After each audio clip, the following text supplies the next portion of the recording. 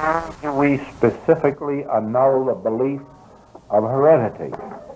Now this, again, is a question on treatment. Always, when the subject of treatment comes to your mind, remember that there are two parts to it. Now, unless you remember this, you will miss your way in the infinite way, because the infinite way recognizes two parts to a treatment, and it really doesn't believe that you will succeed very often unless you realize that and come into the awareness of both parts. Now, supposing we were going to take up the belief of heredity, the first thought that would enter our mind is this, that there is human parentage involved. So, that, of course, would be a claim, wouldn't it, that there are human parents. Now, what is the answer to that? There's no such thing as human parents. God is life. God is life eternal. God is the only life. Now, where would any two-ness come in? Where would there be a parent life and a not parent life? There is only one life, and that is the parent life, the eternal parent life, the divine parent life, God life. Even if you were to let your thought come down into the human realm, you would have to agree that there is a female seed and a male seed or fertilizer. But how would you account for them? Does man create them? Does man put the seed there? Does woman put the seed there? Or do these seeds find their way into their systems? And if so, how? And the answer is this: you know nothing about those seeds. You merely know that they are there. Now then, what brought them there but life itself? Life had to create those seeds. Then life had to function through those seeds so that they wouldn't remain seeds forever. Life had to go to work on those seeds and function in them, and in time those seeds became forms, and in time the forms became living witnesses. Now, was the father and mother the creator of the child, or merely the avenue or instrument through which the child came into expression? Even from that human standpoint, you can see that there is a spiritual or an invisible force behind creation that creates the seed. That then is the parent, not the ones who carry the seed.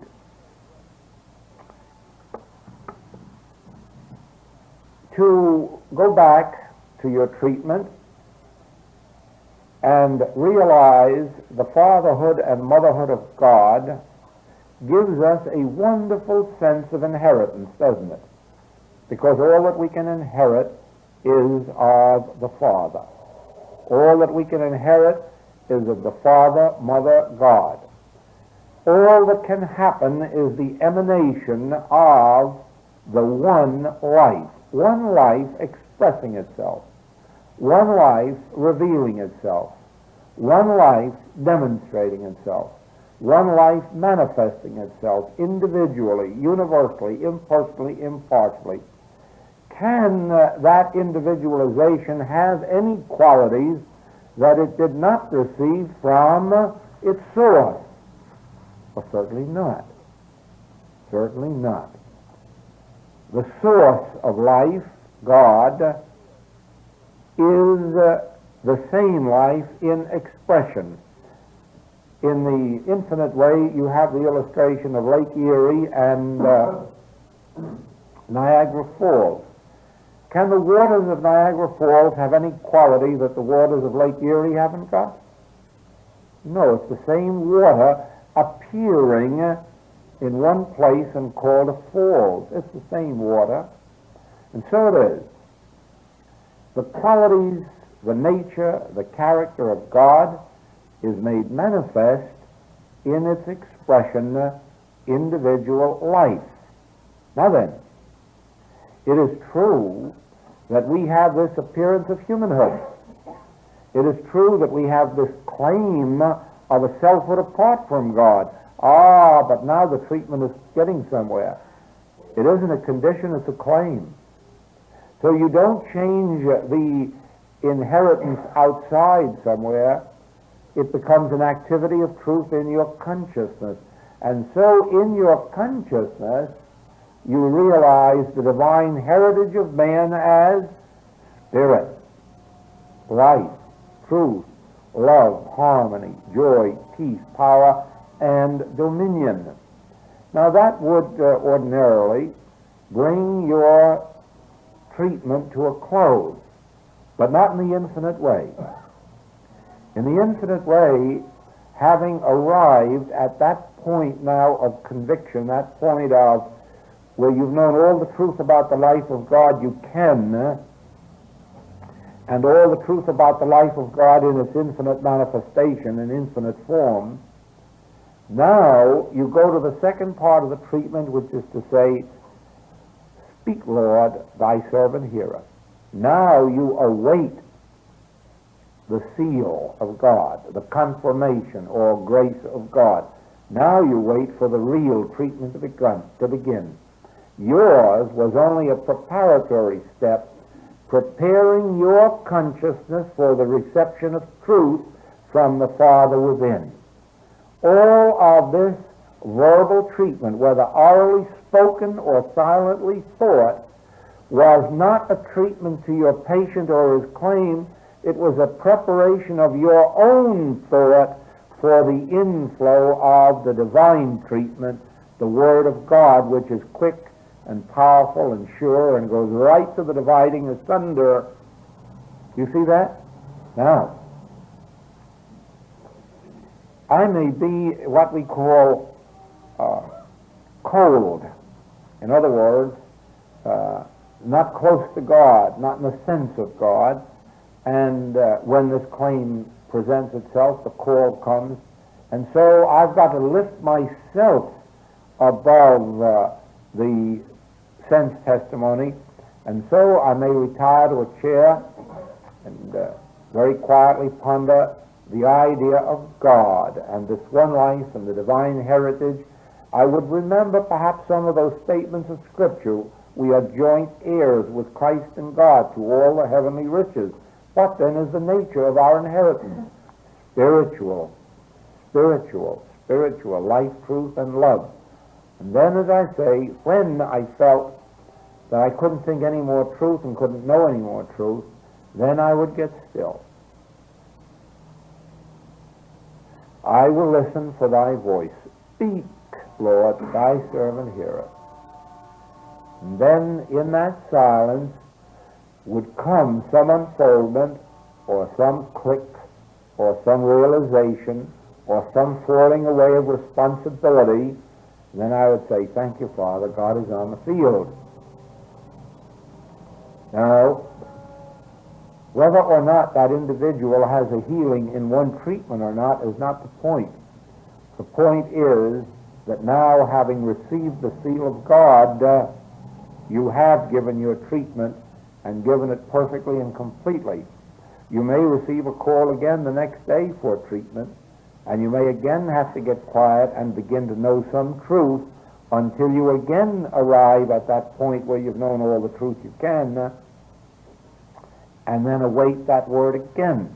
And I have seen it in my experience when I've had to be patient over a period of years and go through that experience with patients to bring out their healing. All healings are not instantaneous, all healings are not quick, and all healings are not entirely up to the practitioner. There are many times when the healing withholds itself until the patient responds and begins to die a little bit and to be reborn and to have a renewing of the mind. It isn't always doing a patient a favor, you know, just to give them a healing. We have had two experiences that bear witness to this. One of a man who had a miraculous healing of heart disease at the point where he could not possibly live the week out, according to the Materia Medica who had cared for him for a long, long time. And within 5 weeks, the cardiograph showed not a single sign of heart disease, not a single scar. And it meant nothing spiritually to that man, not a thing. He went right back to his business and right back to his activities, and a couple of years later, for one reason or another, had to commit suicide. He just couldn't go on living. It wasn't his heart bothering him now, it was something else. But you see, do you not, that the fact of the healing, to me, was another evidence of the availability of God and the truth of God, but to him it was just a physical healing, and it wasn't enough. And we had another case of a man healed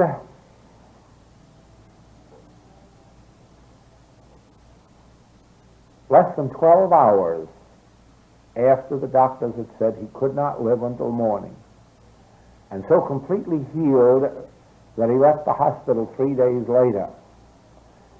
And a couple of months later, the man fell off the roof and was killed.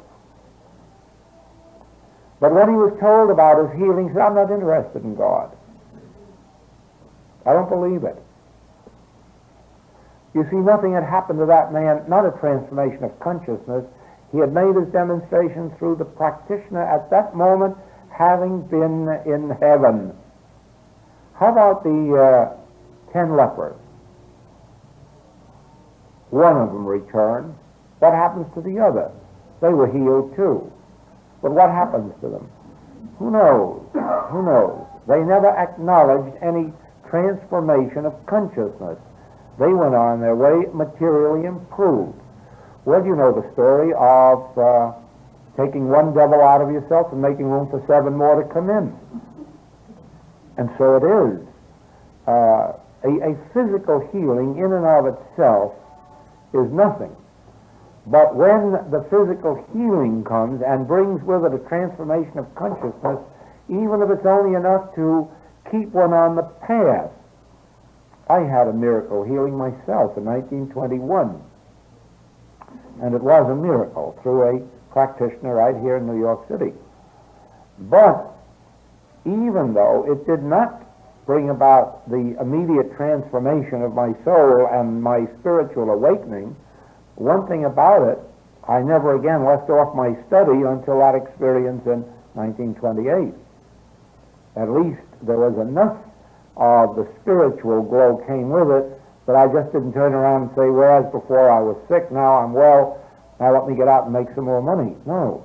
There was enough of spiritual light there that at least I kept looking for God. Now you will find that sometimes a person, if they did receive their healing immediately, would not be benefited beyond being a well human instead of a sick human. And as I've said before, sometimes you merely change the date on a person's tombstone. Instead of them getting this year's date, they'll have next year's or the year after. And there's nothing very glorious about that. Just going on for another year, eating 3 meals a day and waking up in the morning. There's more to life than that. And if we don't awaken to that truth, then our spiritual ministry doesn't do too much for people. But fortunately, there are very few who do not receive some touch of the Spirit with every healing, at least enough to keep them on the path until their own awakening comes. But I personally would not be too concerned whether or not this healing took place instantaneously or quickly, or if it resulted in a healing. We have a mutual friend who spent 9 years with the Christian Science practitioners and teachers trying to be healed of an incurable disease and failed. And finally realized that, well, I can't be healed. I might as well make up my mind to die, and I think I'll spend the rest of my few days here learning about God. And the moment she acknowledged that she wasn't interested in healing and wanted to learn about God, she was healed. And that lady was a Christian Science practitioner for 60 years after that, wasn't she? Right in Boston, Massachusetts. Yes, way into her 90s she was a Christian Science practitioner. And but you see, the healing wouldn't come while it was a matter of healing. But the moment she was willing not to be healed but to learn something about God, there you have it. And so we have witnessed many times that people do not instantly receive their healing, but because they have to study hard and stick with it, they eventually learn that there's more to life than just a well body or a well purse. Our problem, though, is not to sit in judgment on anybody. Our problem is not to decide that they ought not to be healed too quickly. Our object is to bring out the immediate healing, since we expect that with the immediate healing will come spiritual transformation. But we can't account for it when it doesn't happen. Remember this, too, in regard to treatment. Never give a treatment to man. Your whole treatment is given to God. Why? Because any truth that you would know about God must be the truth about man, because God and man is one. Now, why waste time trying to find out a mahogany table? If you want to know about mahogany, know the truth about mahogany, and that will be the truth about all the mahogany tables and chairs and dresses and all the rest that goes in. Learn the truth about God, and you will have learned the truth about individual being, man, woman, child, fish, plant, planet. Everything else is embraced in your understanding of God. Don't try to pick out some form of God and know the truth about it.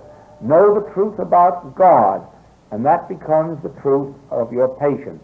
What then makes the contact so that it is your patient who gets healed and not the rest of the world?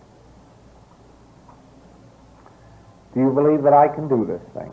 A grain of faith. Your reaching out establishes your contact with the consciousness of the practitioner, and therefore it is you who receives the benefit. Or if you ask for treatment for your child, or for your parent, or for your animals, your pets, or your plants, they receive the benefit because they are part of your consciousness, and you have made your consciousness one with the practitioner's consciousness, and therefore you get the answer. And that, incidentally, is why we cannot give mass treatments. When I am here knowing the truth, as we are knowing it here tonight, about God, you have brought yourself here. You have tuned in to this consciousness. There's no reason why everyone in the room shouldn't have a healing. And the chances are that in time you'll learn that everyone has. Whether they all have an instantaneous realization of it or not makes no difference. Something takes place in the mind and soul of practically everyone who attends a class. Sometimes it takes a while for them to wake up to it. But the point is this, that I am not sitting here knowing the truth about any individual in this room. My awareness of truth is about God and God's infinite form and variety. And you, by being here, by bringing yourselves here, by attuning yourself with my consciousness, you have made the contact. You will remember I spoke last night about your conscious union with God, your conscious oneness with God constitutes your oneness with all spiritual being and idea. Now you will find that theme takes up 100,000 words, or maybe 90,000 words. Don't let me cheat you out of 10,000 if there's only 90. But there's between 90 and 100,000 words in the book Metaphysical Notes. It was the subject of an entire class. My conscious oneness with God constitutes my oneness with all spiritual being and idea. Now, the moment that you realize your conscious oneness with God, you are one with truth, and truth will flow to you from every direction. But you must live and move and have your being in your conscious union with God, in your conscious oneness with God, in your conscious at one. Then your consciousness is open to truth from every direction.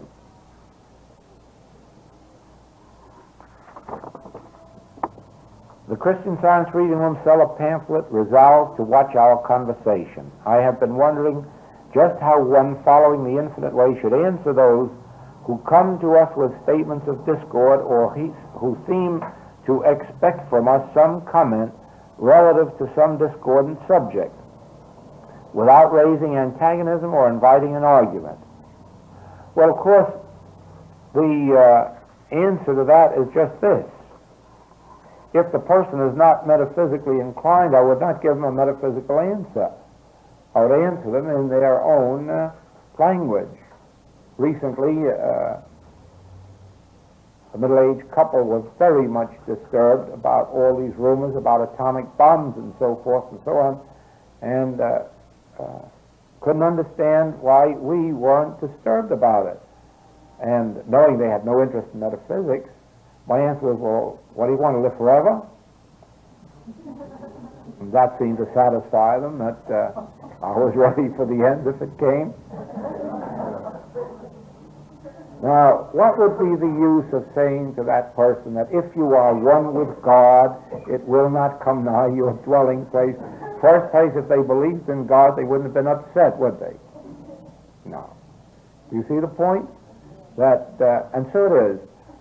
We meet people all the time. I travel, and one thing I never discuss anywhere I travel is truth, religion, God, or metaphysics, except someone brings the subject to me in such a way as to make me know that they're interested. Never would I open the subject, and so I have some interesting times on planes and so forth with people who are talking about the weather or the danger in the airplane or the danger of the next war and so forth, and I answer them in their own language. I don't think it's as bad as it seems to be, or perhaps the newspapers exaggerate to sell more copies, or something of that kind that will not enhance their fears, but at the same time I realize it can't quiet them either, because I cannot give them the truth of being. They just could not accept it. There was a time many years ago when a young minister saw me in a train reading Science and Health and came over and tried to save my soul by telling me all the mistakes there were in the book. Well, needless to say, he didn't get far with me. But on the other hand, I wouldn't have gotten far with him either. And so it is that a person unconvinced against their will, is still unconvinced. So why try to proselyte, why try to sell, especially when you have scriptural authority for this? The natural man receiveth not the things of God. So I would answer people gently. I would answer them as lovingly as I know how, but in their own language. Sometimes you get the cue to answer in some sort of religious fashion. For instance, this morning I went down and I was against my custom, had a haircut and a manicure. And the manicurist began talking to me about some of these communists and their atheistic ways, and she couldn't understand why they didn't believe in God. How could anyone not believe in God?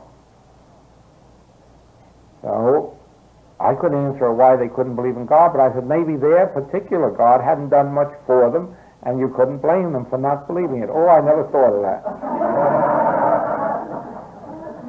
Now, there would have been no use in telling her that believing in God hasn't been very profitable to the world so far. There is something more necessary than believing in God. there also comes a point of knowing the nature of God and how to pray. But, you know, manicures go very fast today, and you can't tell all that in a short time. But that is how I would do. I let myself be led, and certainly not to speak in the way of truth. I did have an interesting experience in the islands. Some friends took me over to the Royal Hawaiian one night, and a group of people there that had been on the ship with them. And here were a couple that I was introduced to, not man and wife. And this man turned around and said, "We were just having a discussion when you came here." Yes? I was telling this lady that only ignorant people, superstitious fools, believe in God. And she was saying that she can't quite accept that. Not wholeheartedly, anyhow. She didn't know too much about God, but she wasn't ready to say there wasn't any. And of course I know, and I was explaining to her, that no person of wisdom or intelligence would believe in God. So he said, "What do you think about it? What's your idea?" So I said, "Well, to tell you the truth, I'm one of these fellows that knows a little bit about a lot of things, but you just happen to touch on the one subject about which I know nothing." So he turned to it and he said, "You see, now there's an intelligent-looking man, and he admits he knows nothing about God." Well, that was fine until later my friend told him that I'd written 10 books on the subject of God. So when he met me a couple of days later on the street, he wanted to know what I meant by that. Was that just sarcasm, or was I trying to belittle him, or what? I said, "No, I was being entirely truthful. You were denying a God. And frankly speaking, I have a suspicion you're right, that there isn't that kind of a God in the world. But that's only an opinion, and I wouldn't want to broadcast it." Now, I said, had you stopped to realize that you were only talking about your concept of God, you probably wouldn't have gone quite so far as to say there is no God, but just that there's no God like I have been believing in or taught to believe in. "Well, yes, sir, that's what I meant." Well, I said, "That's why I couldn't answer you. I don't know your concept of God, not a thing about it, and I couldn't answer. Nor could I answer about the world's belief of God. I can't tell you whether there is one or isn't one. I could tell you that we don't see much evidence of it, but I couldn't tell you whether there is or isn't. And what I think about God and know and write about God, you could never have accepted that evening." And so that ended the subject. But you can see that it isn't necessary to run around saying, "Oh, I know all about God, let me tell you." No. Another thing I find is not too wise, and that is to be so sure to tell people that God will heal them, or God will do this or that for them, as if you were just an authority that could call in God and presto presto, their problems are all met. You see, you've learned from your own experience that turning to God, praying, studying, meditating, doesn't immediately bring you all the answers. And so just merely to say to someone else, "Oh, if you just try God, your problem will be met," they have to look at you and say, "But you're wearing glasses still." And then you have no answer for them, you see, because their problem is more serious than just wearing glasses. No, the thing to do is to be led of the Spirit, to be gentle, not hesitate where a person is in trouble, to say, "Had you thought about turning to God? Had you thought about some of the new approaches to God? Or would you like to read a book or a pamphlet on a subject that might be helpful to you?" But do it without too much positiveness that this is the way that, and all the other ways are wrong. Well, that has been one of our troubles in metaphysics, you know, that some of our Christian Science friends have been so positive that no other way but theirs is the right one, and you'd be surprised that Unity thinks the same thing, and some of the New Thought teachers think the same thing. It doesn't behoove any of us to go around boasting or bragging about the one and only, since there is no such thing as one and only. There is one and only God, but there are millions of approaches to God, and many a person has found God inside the Roman Catholic Church. Many have found it in the Hebrew Church. I don't suppose anything ever surprised me as much as when a couple of years ago a book was published called Man and God by a man named Goldsmith. And it is a compilation of the words of wisdom and experience and godliness of men over a long, long period of centuries. But nearly one half of that book is made up of quotations from Hebrew rabbis and masters. And you read that book and tell me if you don't think they knew God. Oh, they knew God. Well did they know God. They were masters of authority on God and could prove it and demonstrate it and live it. I never realized that these were all old-timers way back in biblical days, but I never realized that some of these people were as close to God as we could ever hope to be. We'll be satisfied when we approach their realization of God. And so it was with some of the saints in the Catholic Church. They reached God. The Catholic Church didn't prevent them from reaching God. And so it is going to be. I have known Christian Science practitioners and teachers that I really feel it was on holy ground just to be near them. And I have known a couple in other movements that I can also tell you that just to be in their presence is a sacred experience. Why not? God is no respecter of persons. God is at the center of our being, and we all reach God through one approach or another. And how can we say how the other fellow should do? I'm interested in watching a book that will be out in January, which is a compilation of prayer called The Path of Prayer.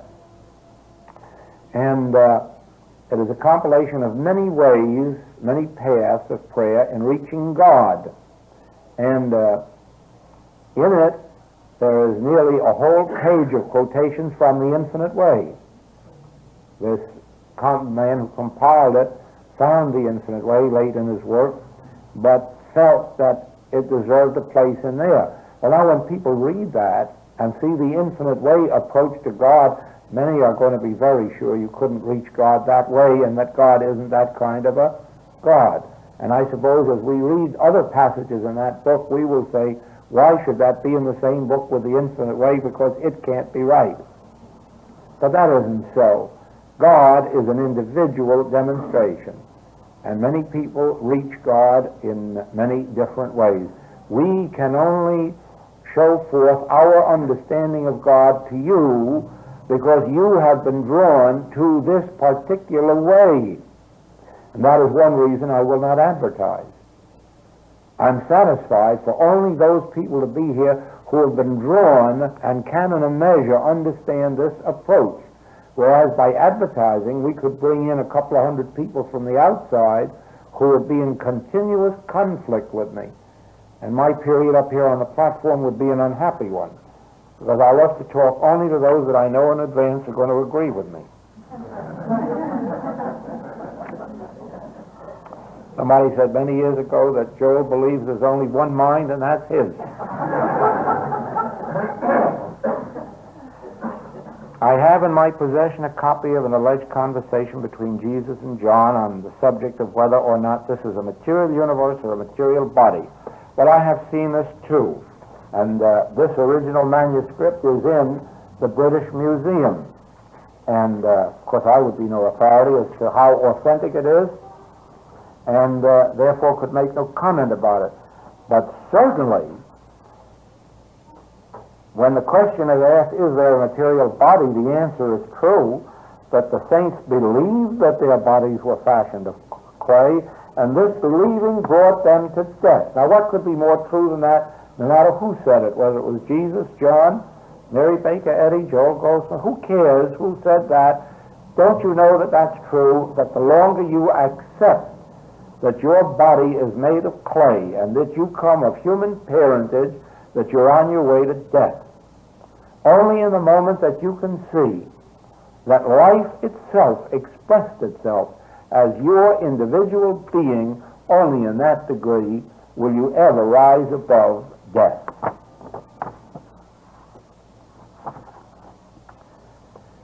What is it that prevents one from accepting his good on the three-dimensional plane of experience, his so-called human good, and forces him to seek constantly for a higher truth about himself, thereby making of every minute of his existence a dissatisfaction, an impossibility to find peace or ease in matter? Well, it's called the state of divine discontent. It's the most glorious experience that can come in life. The moment a person has lost their sense of satisfaction in the sense world, that moment their footsteps are on the way toward realizing and achieving their conscious union and communion with God. Now, I said before, none of us have found this path an easy one. We may, in the beginning of our experience, have so many wonderful healings, so many increases of supply, that we think we have found the golden key. Oh, how many people have that experience as they enter a metaphysical teaching at first. And I have known people in all of the different metaphysical fields that have had that experience of having one illness after another fade away, and one lack after another fade away, and one harmony after another come into view. And then all of a sudden, the picture changes, and the little foxes start to creep in. Well, you see, it's true, we have found the key. But the key isn't the thing itself. The key is only that which we use for entrance into heaven itself. We have the key to heaven in our spiritual writings, meditations, spiritual interpretations of the Word of God, of Scripture. We have the key to heaven. You will notice in my writings, I've said over and over, please don't get so fascinated with these books or the words in these books that you forget that they are but stepping stones to the real demonstration, which is your conscious oneness. Please don't get so fascinated with the wonderful healings that you may get through a practitioner or teacher that you think that that is the way to life eternal. Oh, that's not the way. The way is straight and narrow, and few there be that find it. That's the truth. The way is straight and narrow, and few there be that find it. You can get some measure of harmony through the work, through the consciousness of your practitioner or teacher. You can get a greater measure of harmony, wholeness, completeness, through your own unfoldment, through your own realization, through your own study and hard work and devotion. But you're still far from heaven. Heaven only comes when the divine union has been accomplished, when the actual union of the soul of man and the soul of God come into realization as one. Now actually, the soul of God is the soul of man. There is only one. But at this particular moment, each of us is in the belief of being a separate identity with a soul of his own. And it is only when the union comes that we find that God's life is our life. God's soul is our soul. God's spirit is our spirit. The immortality of God is our immortality. And that takes place in consciousness at a particular point of our development. Now then, you might think that when that comes, and you've known this divine union, you may even have the experience of seeing God face to face, of being actually in the presence, and then say, oh, my worries are all over. Oh, no, they've just begun. No, they've just begun, because now you know the goal, and you know that it must become a permanent dispensation, that it isn't going to be permanent for a long time to come. All of these lessons of the pilgrim on his journey are going to become ours. The experiences of Moses in the 40-year trek we are going to have. The experience of Jesus Christ, not only in his 3 years of ministry, but who knows what happened to him for the first 30 years that led him to the ministry. How do we know the heartaches, the pitfalls? To begin with, we know that at the earliest stage of his development, his mother had to take him down to Egypt and hide him to keep him away from the Herods of this world. Now,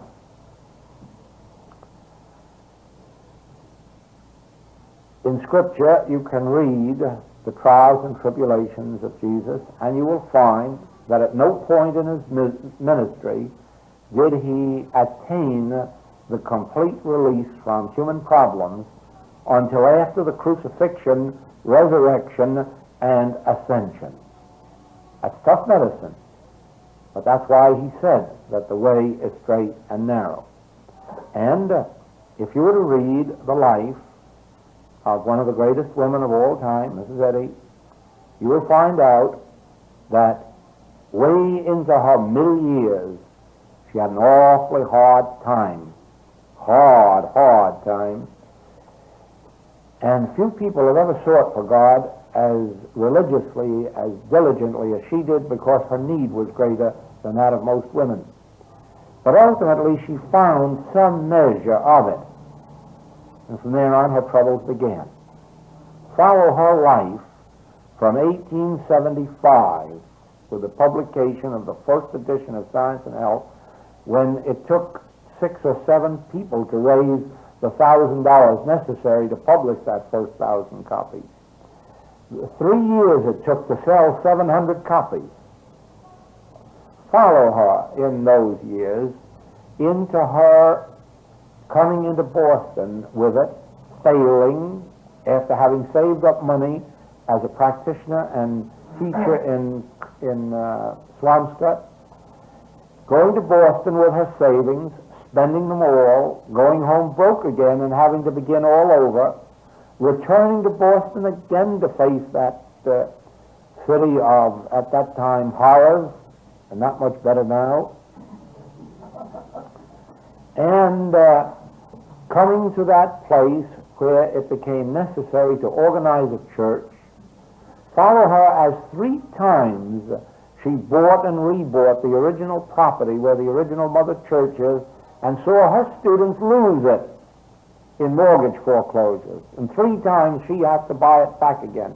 Then watch as they disobey her in trying to finance it, and then in spite of her raising $10,000 and having stolen from them.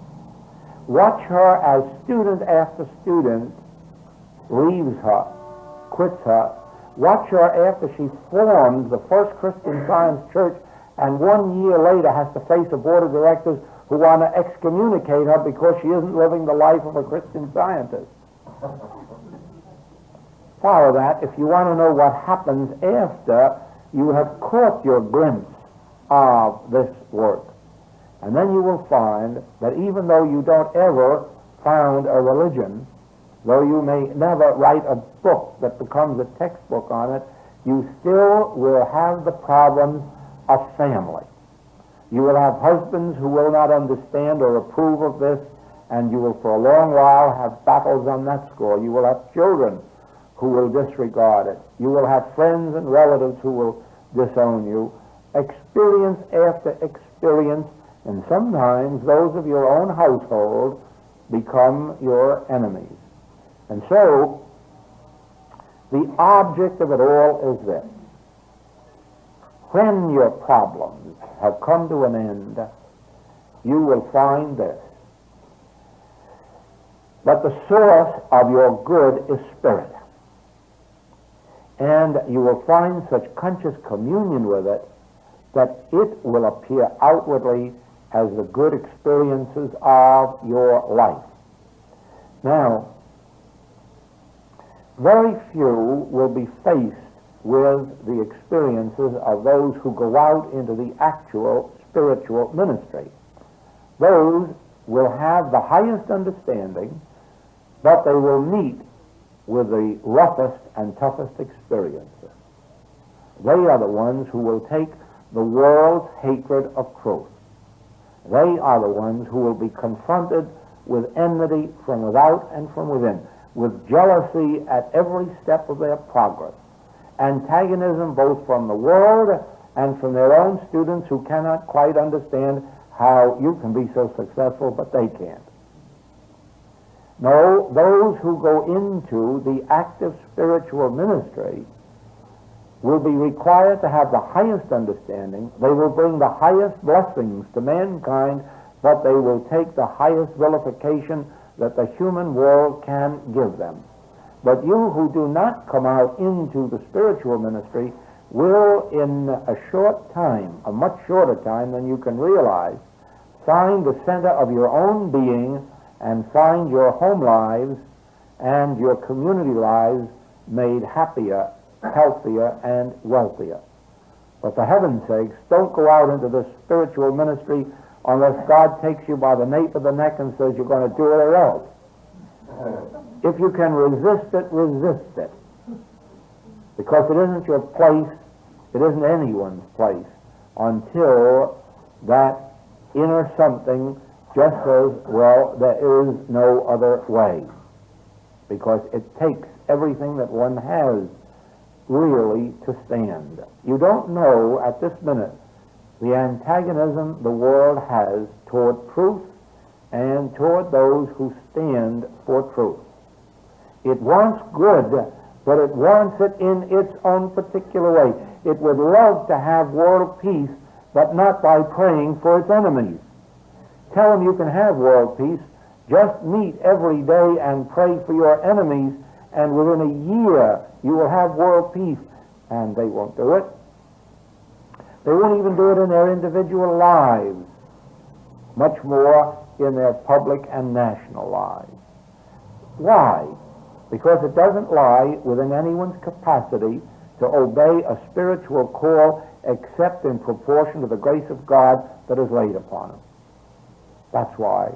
I could tell you humanly all the things that you should do spiritually to make a perfect life, and within 2 weeks, 3/4 of them will have been, well, but that's a little too transcendental. Do you see? Why, one of the very simplest things we have to deal with is to accept that those that have shall be given, to continuously claim that you have the allness of God. And watch, it'll only be tomorrow that you'll be acknowledging a lack of something or other. Do you see what I mean? Only in proportion as the grace of God is given unto you can you have the greater light. But what you can do is hold steadfast in the truth that you know and with the amount you know until that 13-year period that I went through came and received the first light. And then how much more do you think after that 13 years? 16 more years before the infinite way was written. 29 years before even the first step was taken out into this infinite way. And I could still pray that I was back in an office as a practitioner. Father won't have it so. Will you please touch on the subject of reincarnation? The subject of reincarnation, from the Oriental standpoint, of course, means death, the spirit leaving the body, and then through this, that, or the other thing, a period of time elapses, and the spirit is reborn again in a baby's body. Reincarnation, from the standpoint of spiritual wisdom, would have an entirely different meaning. I believe that we are reincarnated very often on this spiritual path. I believe that the very moment, let us say, that we first turned to a spiritual teaching, we died in some degree to our materiality and were born in the first measure of spiritual rebirth. And then I believe that as the years went on, and let us say that we reached the practitioner stage, we died again, because we died this time to many of our material and human desires and needs, even to a great deal of family life. Very few practitioners can be successful who have to maintain a continuous family life. It's an impossibility, because the needs of their patients and their students are such that they must have their first time, their only time for their practice and their ministry, and the little that's left over for their family. And so when they go out into the practice and make that separation from their human contacts, their bridge clubs, their community clubs, their political clubs, and hold themselves steady, they have again died and have been reborn and reincarnated into an entirely new experience. When the day comes, if it does, that they become spiritual teachers in truth, and take under their wing those of the world who entrust themselves to them for spiritual guidance and wisdom, there is another death. Because here one must rise high in the place of spiritual integrity, knowing that people are trusting themselves. You see, Scripture says, don't be afraid of the man who can kill your body. Oh, no, he can't do much to you. But how about the person who can destroy your soul? And so when you go to a spiritual teacher, you're going to a person that you are entrusting with the destiny of your soul at this particular state of your growth. And it is a very sacred undertaking, and if it's not accepted that way, it's too bad for both the teacher and for you. Now then, there is another death at that point, because it is at that point that the entire world has to be given up. To teach spiritually means to live and move and have your being morning, noon, and night in this divine consciousness.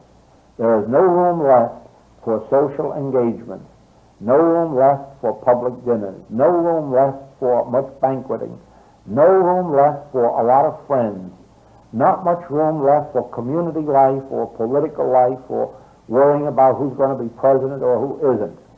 This life is a life of the soul, and it requires a death to the things of the world. And there's another reincarnation. Then there comes still further, when the advancing soul comes to the realization of an inner plane of life in which there is an entirely new function of life, a new mode of prayer, a new attitude of living, and the final death takes place. Paul refers to that in, I hope, the first chapter of Philippians. Where do we find that?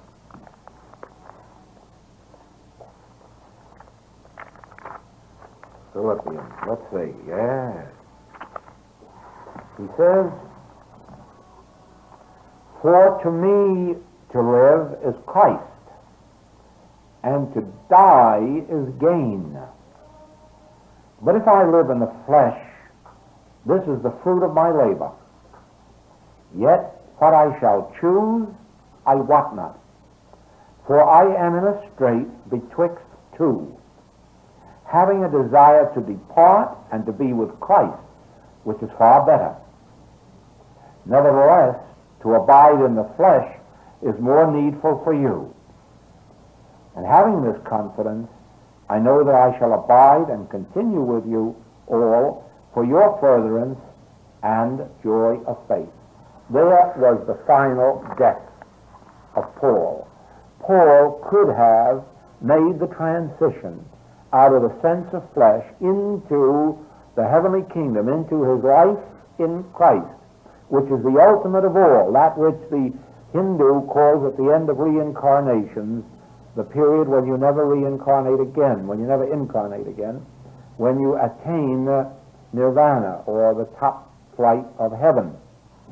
Paul had reached that place where he could have left this flesh voluntarily and taken up his abode in the heavenly kingdom in his Christly dominion of divine, consciously realized sonship. And what does he say? But it is better for you that I remain in the flesh, that I continue with you to bring about your abundance and your joy. There he died his final death, because there he gave up heaven for that turned out to be not only our good, the good that we get from much of Paul's teaching, but for his own part, what? Prison and death. That was his final death and his final renunciation and his final incarnation. In other words, he came up step by step from a hater of Christianity to a misunderstander of the nature of God and Christ to a disciple of Christ. And he advanced step by step through the ministry, through proselyting, through preaching, through the founding of churches, through all the human errors as well as the spiritual indulgences. He took every one of those steps, the bad ones and the good ones, and with each of them he dies daily. I die daily.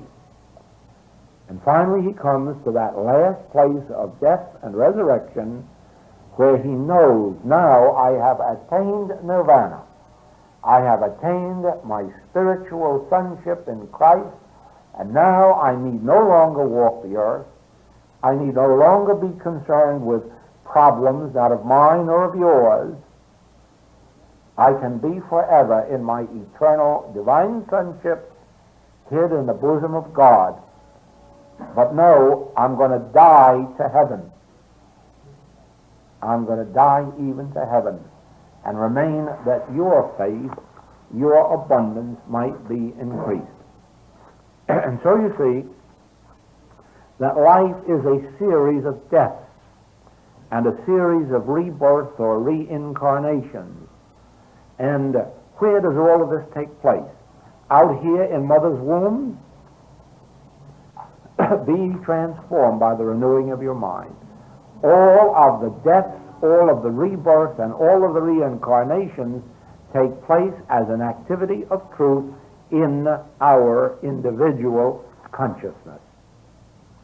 I hope you will have as fine a questions tomorrow night, because you have really given us our most wonderful evening with these. Thank you.